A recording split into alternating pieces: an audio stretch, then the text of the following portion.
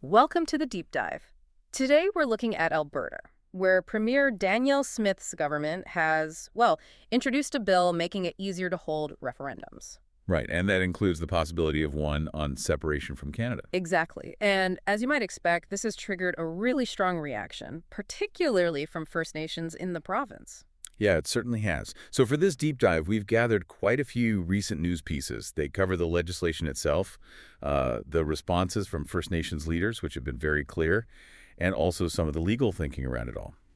So our mission here, for you, is to go beyond just the headlines. We want to unpack the complexities, understand the different viewpoints. And really get to the core issues, especially how this all intersects with Indigenous rights and those foundational treaties in Canada. Okay, so let's start with the bill itself. Right. Bill 54, what exactly is it proposing?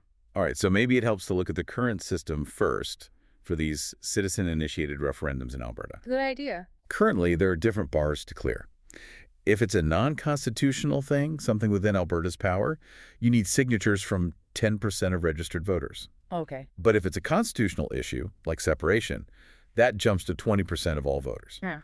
And you also need to get that 20% support in two-thirds of the ridings. So a pretty high bar, especially for the constitutional stuff. A very significant hurdle, yes. And Bill 54 wants to change that. Quite dramatically.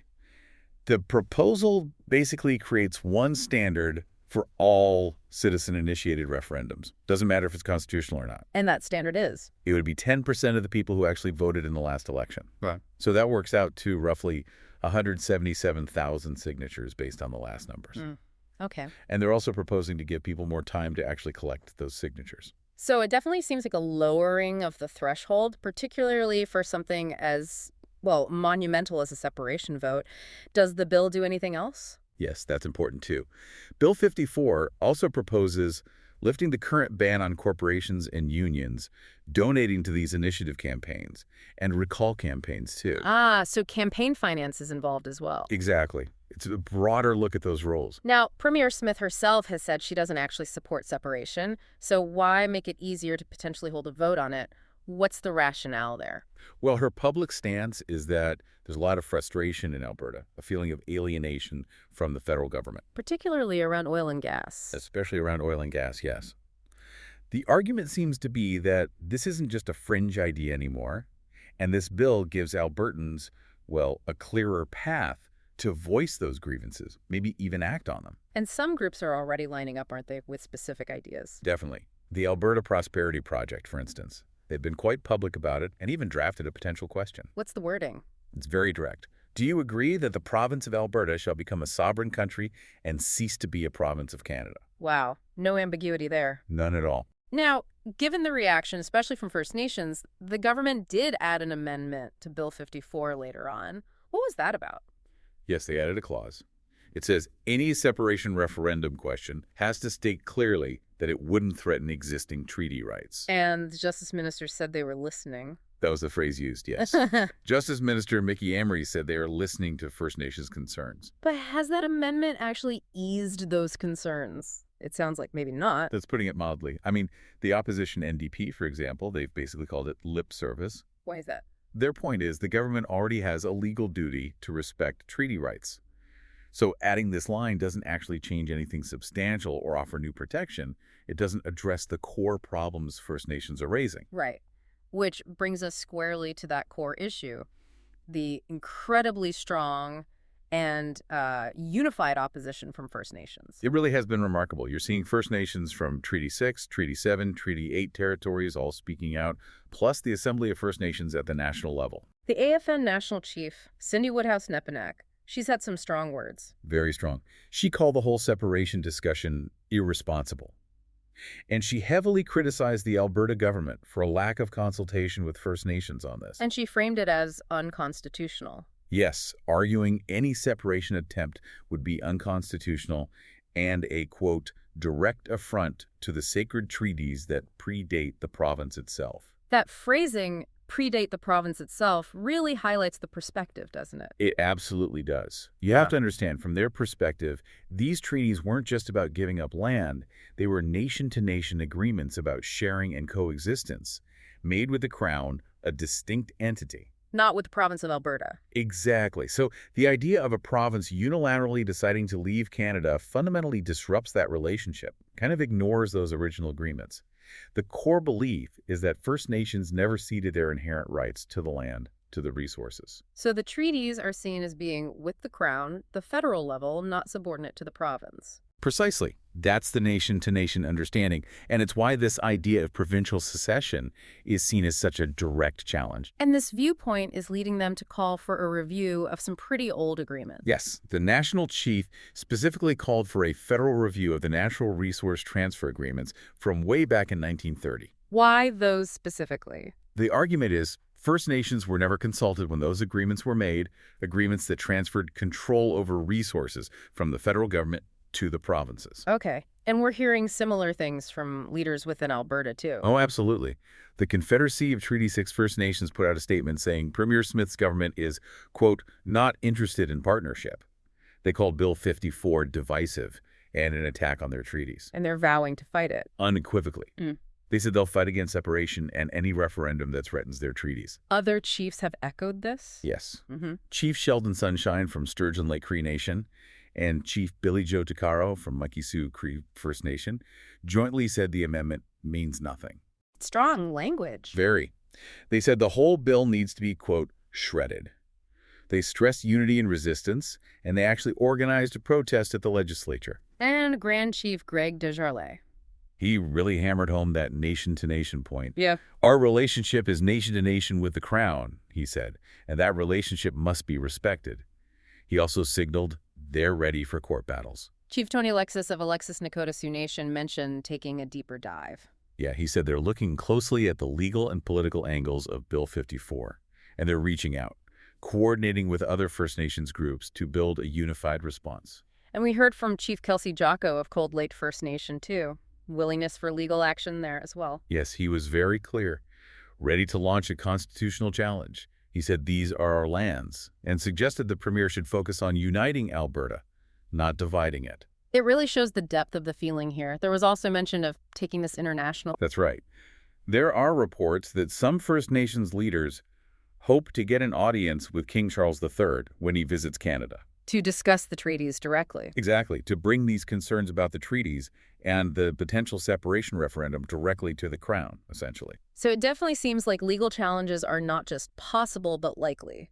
And some are already happening. Correct. Onion Lake Cree Nation, whose territory crosses the Alberta-Saskatchewan border, has actually revived an earlier lawsuit. Against which legislation? Against Alberta Sovereignty Within a United Canada Act.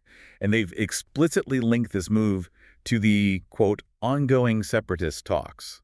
Onion Lake's chief, Henry Lewis, had a pretty clear statement on this. He did. He said, these are treaty lands, they're not yours to take, and we're prepared to go to court to defend our constitutionally protected rights under treaty.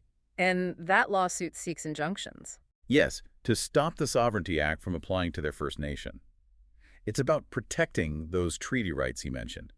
You know, when they talk about constitutionally protected rights under treaty, it's not just the piece of paper from centuries ago. Right. It's how courts have interpreted those rights over time, including rights to land and resources that might not even be explicitly written down in the original text. And Onion Lake has done something similar in Saskatchewan too, right? They have. They launched a lawsuit against Saskatchewan's First Act as well.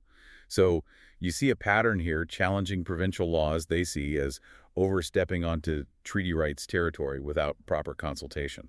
What are legal experts saying about that amendment, the one supposedly protecting treaty rights in Bill 54? Well, the general view seems to be it doesn't really cut it legally. Just saying you'll respect treaty rights doesn't replace the actual legal duty to consult First Nations properly. The duty for free, prior, and informed consent. Exactly. That's a key principle in Indigenous law now.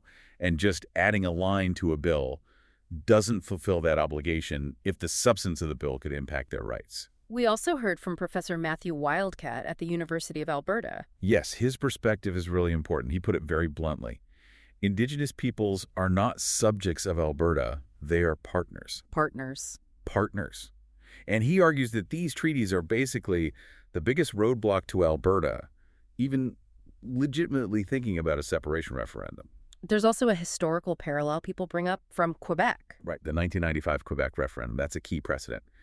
The Cree Nation in Quebec argued very forcefully back then that their territory wouldn't automatically go with Quebec if it separated. Because their agreement was with the Crown, not the province of Quebec. Precisely. It reinforces that distinct relationship and challenges the idea that provincial borders automatically define everything when treaty rights are involved.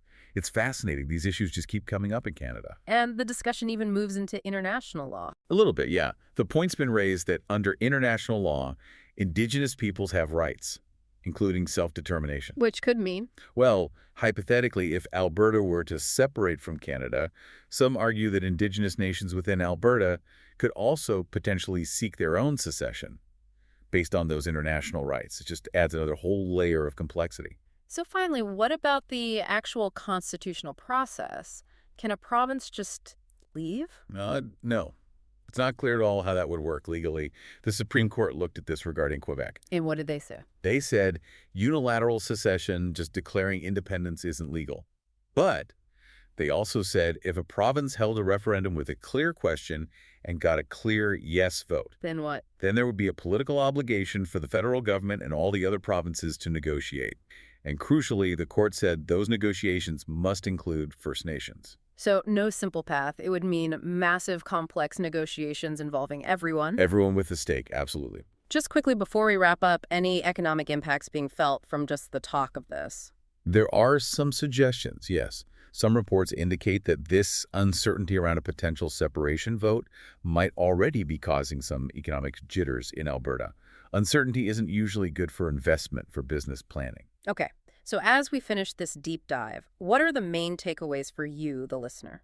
Well, first, this push in Alberta to make referendums easier, potentially including separation, through Bill 54, is meeting really powerful unified resistance from First Nations. And they're grounding that resistance firmly in their treaty rights and their nation-to-nation relationship with the Crown, insisting on proper consultation. Absolutely. Second, we're already seeing legal challenges being launched or revived, targeting not just Bill 54, but related laws like the Sovereignty Act. The fundamental legality of a province just leaving is being questioned. And third, there's this core tension, isn't there? Alberta's government trying to address provincial grievances and seek more autonomy, versus the inherent and treaty rights of First Nations, who insist they are partners, not subjects, and must be central to any discussions about the future of the land and the country.